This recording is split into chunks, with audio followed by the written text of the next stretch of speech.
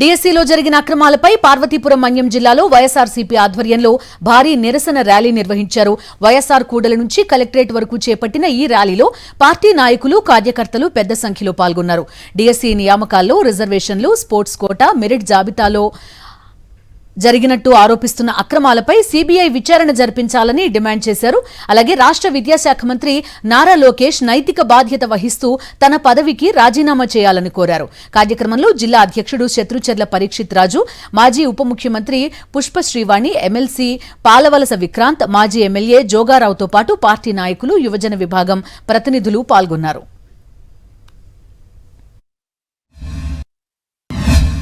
ఏదైతే డిఎస్సీలో అక్రమాలు జరిగాయో ఆ డిఎస్సీలో జరిగినటువంటి అక్రమాలకి నైతిక బాధ్యత వహిస్తూ విద్యాశాఖ మంత్రి నారా లోకేష్ గారు రాజీనామా చేయాలనేది ఒక అంశము. అలాగే విద్యార్థులకు సంబంధించినటువంటి విద్యా దీవెన, వసతి దీవెన పెండింగ్ బకాయిలు ఏవైతే ఉన్నాయో వాటిని వెంటనే రిలీజ్ చేయాలని ఈ మూడు అంశాల మీద ఈరోజు రాష్ట్ర వ్యాప్తంగా కూడా యువత ఆధ్వర్యంలో అలాగే స్టూడెంట్ వింగ్ ఆధ్వర్యంలో ర్యాలీలు జరుగుతున్నటువంటి విషయాన్ని మీ అందరికీ కూడా తెలియజేస్తూ, అయితే నారా చంద్రబాబు నాయుడు గారికి ఒక మాట సూటిగా చెప్తున్నాం. మీ ప్రభుత్వంలో ఉండే ఒక మంత్రి, ఆయన శాఖలో అవినీతి జరిగితే, నిరుద్యోగ యువకులతో చెలగాట మాటితే ఇప్పటి వరకు నువ్వు ఎక్కడ స్పందించిన వైనం లేదు. అంటే నిరుద్యోగ యువత కంటే లేదా విద్యార్థి లోకం అంటే నీకు అంత చిన్న చూపా చంద్రబాబు? ఒకసారి ఆలోచన చేయండి. నీ కొడుకు మాలోకం చేసిన ఘనకార్యాన్ని ఒకసారి మీరు చూడండి, వెరిఫై చేయండి. ఏవేవైతే అక్రమాలు జరిగాయో, ఏవేవైతే తప్పులు డిఎస్సి రూపకల్పనలో కానీ డిఎస్సి తాలూకా ఫలితాలని వెలువడించేటటువంటి క్రమంలోన జరిగాయో అవి ఉదాహరణతో కలిపి ప్రజలకు తెలియజేసే విధంగా, అలాగే ప్రభుత్వాన్ని నిలదీసే విధంగా చెప్పడం జరిగింది. మరి ముఖ్యంగా ఏదైతే స్పోర్ట్స్ కోటాలో ఉన్న ఎంపికలు జరిగాయో దాన్ని మేడం గారు చెప్పినట్టుగా జీవో నెంబర్ 74, ఆనాటికి ఉన్నటువంటి జీవో నెంబర్ 74ని పక్కన పెడుతూ దాని స్థానే జీవో నెంబర్ 447ని తీసుకొచ్చారు. పల్నాడు జిల్లా నరసరావుపేటలో మెగా డిఎస్సీ వ్యవహారంపై వైఎస్ఆర్సీపీ విద్యార్థి, యువజన విభాగాల ఆధ్వర్యంలో భారీ నిరసన చేపట్టారు. దివంగత ముఖ్యమంత్రి వైఎస్ రాజశేఖర రెడ్డి విగ్రహానికి నివాళులర్పించిన అనంతరం కేర్ పబ్లిక్ స్కూల్ నుంచి కలెక్టర్ కార్యాలయం వరకు భారీ ర్యాలీ నిర్వహించారు.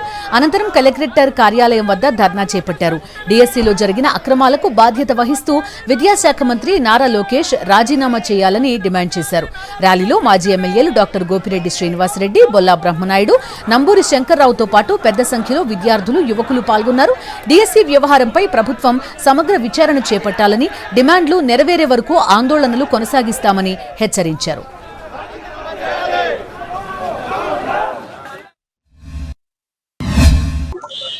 పచ్చి మోసం చేస్తున్నాడు. లక్షల కోట్లు అప్పు చేశాడు. ఏం చేస్తున్నాడు ఈ డబ్బులన్నీ?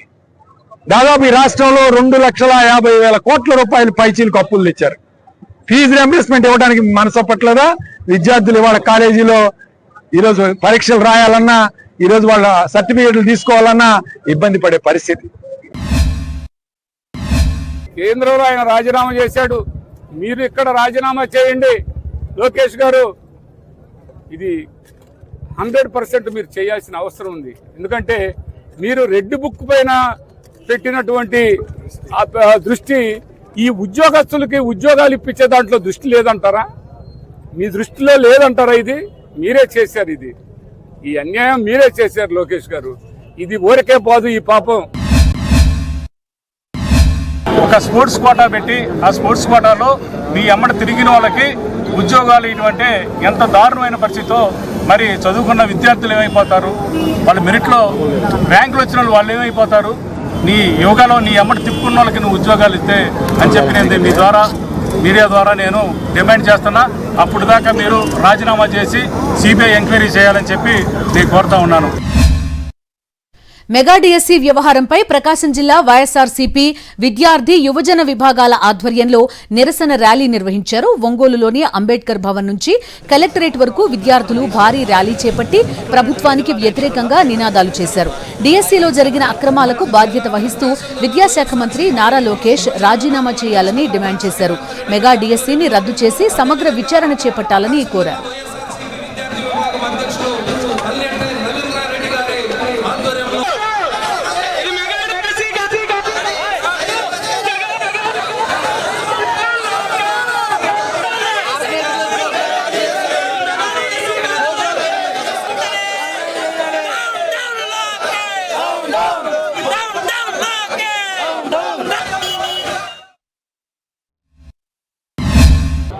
అన్యాయం చేస్తే ప్రజాభీష్టానికి వ్యతిరేకంగా పాలకులు నిర్ణయం చేస్తే ఏ విధమైనటువంటి మూల్యం చెల్లించవలసి వస్తుందో సెంట్రల్ గవర్నమెంట్ చేసినటువంటి అశ్రద్ధకు ధర్మేంద్ర ప్రధాన్ రాజీనామా చేసేటటువంటి డిమాండ్ను యువత డిమాండ్ చేస్తే ఖచ్చితంగా రాజీనామా ఇచ్చి తప్పు చేసినటువంటి వారికి శిక్ష విధిస్తున్నామని చెప్పి నిర్ణయం తీసుకున్నటువంటి సందర్భాన్ని గుర్తు చేసుకోవాలి.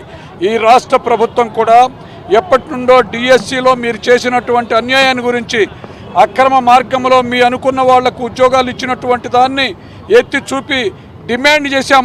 గతంలోనే ఈ తప్పును సరిదిద్దుకోవాలి, దీని మీద ఎంక్వైరీ వేయాలి, సిబిఐ ఎంక్వైరీ వేయాలని చెప్పి. కానీ ఇంతవరకు ఎక్కడ చీమ కుట్టినట్లుగా కూడా లేదు ప్రభుత్వానికి.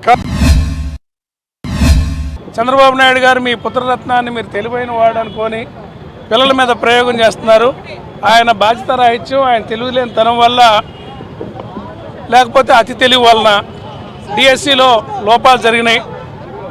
మెరిట్ లిస్ట్ అని చెప్పి స్పోర్ట్స్ కోటాను పెట్టి స్పోర్ట్స్లో మెడల్స్ వచ్చిన వాళ్ళకి కాకుండా పార్టిసిపెంట్స్కి పాల్గొన్న వాళ్ళకనే పాల్గొనే సర్టిఫికేట్లు అమ్ముతారు బయట. ఆ బయట సర్టిఫికేట్లు దొంగ సర్టిఫికేట్లు తీసుకొచ్చుకొని ఉద్యోగాలు ఇచ్చి మీ పార్టీ కార్యకర్తలకు ఇచ్చి అర్హులైన వాళ్ళని మోసం చేశారు. కాబట్టి తక్షణమే లోకేష్ ధర్మేంద్ర ప్రధాన్ ఏ రకంగా అయితే బాధ్యత వహించి రాజీనామా చేశాడో అదే ప్రకారంగా లోకేష్ కూడా క్షమాపణ చెప్పి మోడీ చెప్పినట్టు చంద్రబాబు నాయుడు జాతికి క్షమాపణ చెప్పాలా. చంద్రబాబు నాయుడు గారు కానీ, విద్యాశాఖ మంత్రి నారా లోకేష్ గారు కానీ, అదే కుటుంబంలో ఉన్న పవన్ కళ్యాణ్ గారు కానీ వీళ్ళందరికీ నిరుద్యోగ భృతి 3,000 ఇస్తా అన్నారు. మరి ఆ 3,000కి సమాధానం ఏదని చెప్తే మా మీద వ్యక్తిగత దాడులు, వ్యక్తిగత దూషణలు చేసి మళ్ళీ చేస్తున్నారండి. ఎన్నాళ్ళు ఈ కుటుంబ ప్రభుత్వం అన్న చూస్తారు. విద్యార్థులు కానీ లేదంటే యువత కానీ తరలి వస్తే మొత్తం రేపు పొద్దున్న ప్రభుత్వాలు కూలిపోతాయని చెప్పేసి అంటున్నారు. రేపు పొద్దున్న ప్రభుత్వాలు కదండి, కూటమి నాయకులు తలరాతలు మారిపోతే మళ్ళీ హెచ్చరిస్తున్నామండి. ఆయన ప్రతి ఎలక్షన్కి ఒక రకమైన ఒక 50-60 హామీలతో వస్తాడు. ఆ హామీలు ఇచ్చేస్తాడు, అధికారంలోకి వస్తాడు. అధికారంలోకి వచ్చిన మరుసటి రోజే ఇచ్చిన హామీలన్నీ మర్చిపోతారు. ఎంతసేపు వీళ్ళ యొక్క పరిపాలన ఎలా ఉంటుందంటే మనకేంటి, మన తర్వాత తరాలకి ఏంటి, మన సంపాదన ఏంటి, ఈ రకమైన ఆలోచనలు ఉంటాయి తప్ప ప్రజల గురించి కానీ, ప్రజా సంక్షేమం గురించి కానీ, ఈ రాష్ట్ర అభివృద్ధి గురించి కానీ ఏ రోజు కూడా వాళ్ళ ఆలోచనలు అనేవి అయితే ఉండవు. దానికి నిదర్శనం ఈరోజు ప్రజలు పడతా ఉన్న ఇబ్బందులు.